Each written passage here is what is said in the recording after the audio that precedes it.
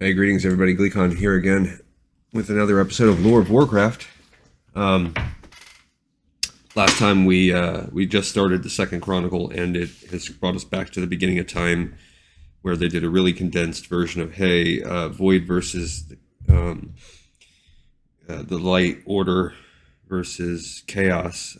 This is the dichotomy that is the center. Conflict is the center of our universe here. That's the great conceit of this universe, and you could even make the philosophical argument of life itself. Sargeras, it was hinted at the end of that the Titan Sargeras, who has spent his time with his buddy Agramar fighting the demons, he was going to have a downfall, which we already know that happens, and we've read a ton about it, how he's essentially the devil of the world. So stay a while and listen to this one. It's called The Fall of Sargeras, where I think we're going to get up to speed with this.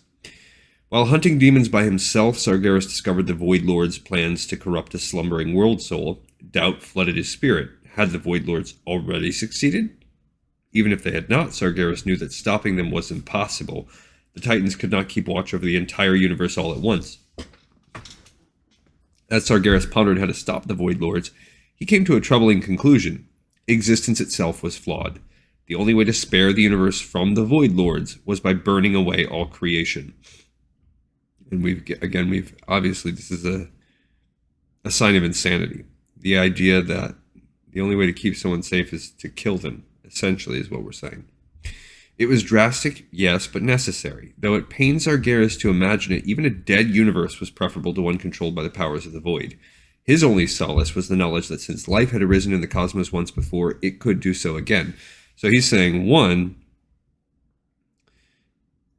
the struggle, it cannot be won. So he has no hope. So that's one of his fatal flaws as a deity in our pantheon here. He has no hope. So that's at odds with what it means to be alive. Two,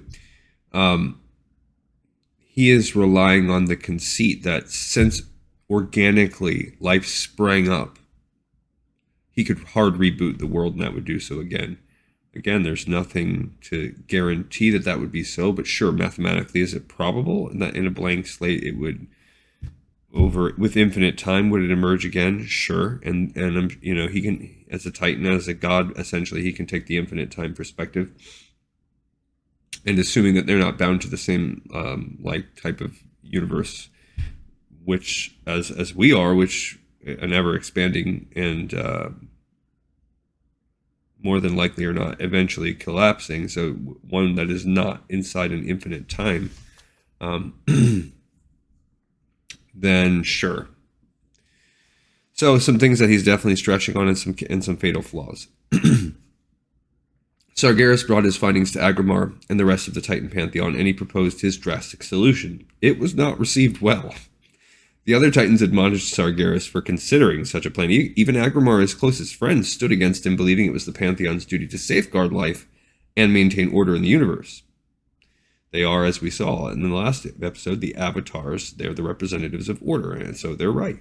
In that moment, Sargeras lost all faith in the Pantheon. The other Titans lacked the willpower to do what needed to be done, and he would waste no more time weathering their criticisms. The Titan champion abandoned his allies and disappeared into the Great Dark. The Pantheon was saddened by Sargeras' departure, but that did not stop its members from their great search. They continued exploring the distant reaches of creation, seeking out slumbering Titan spirits. Meanwhile, because they want to awake more to grow their pantheon. Meanwhile, Agramar took on the burden of fighting demons alone. It was harrowing work, and he longed for the days of fighting shoulder to shoulder with Sargeras.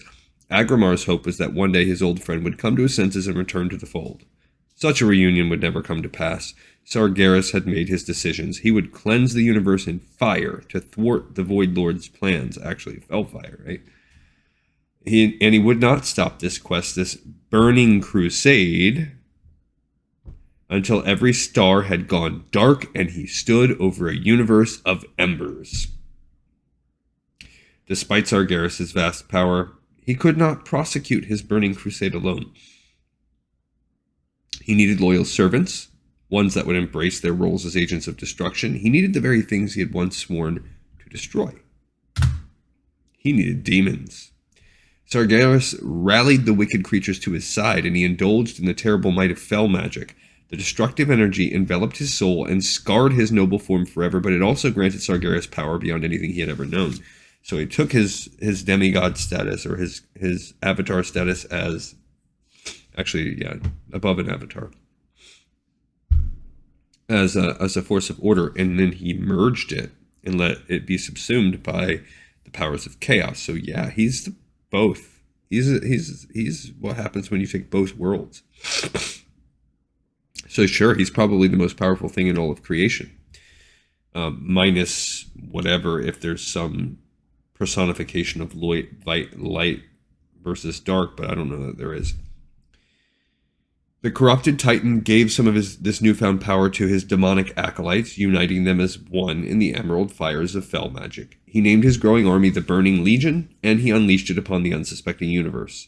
In time, the Legion's ranks would swell with new types of demons. World after world would fall to their relentless onslaught.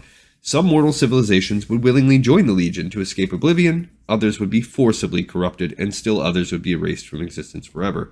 And that's how the Burning Legion becomes the Burning Legion. What you are seeing is actually the corrupted, some forcibly, some voluntarily subsumed races from across the universe.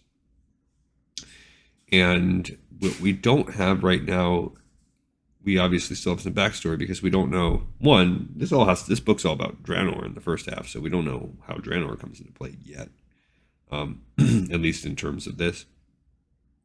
And we also don't, we have to still recover how his sights then get turned on Azeroth. But I think maybe we might take a Draenor specific approach in this book. Let's see on the next episode.